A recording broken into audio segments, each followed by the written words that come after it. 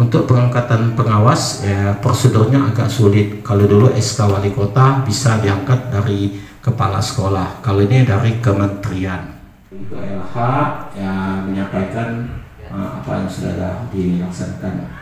Terakhir saya mohon maaf mungkin kedatangan dan juga tidak tanduk saya di sini.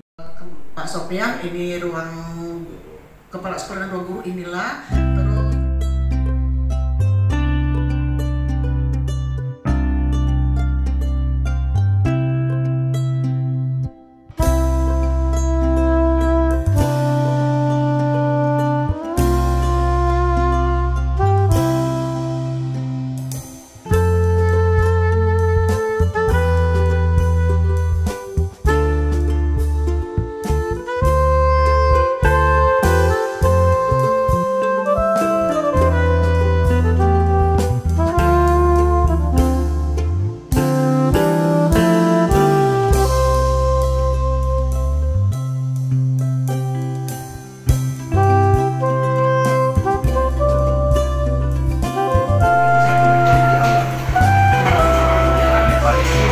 Terus di sini dan di samping juga ada ya.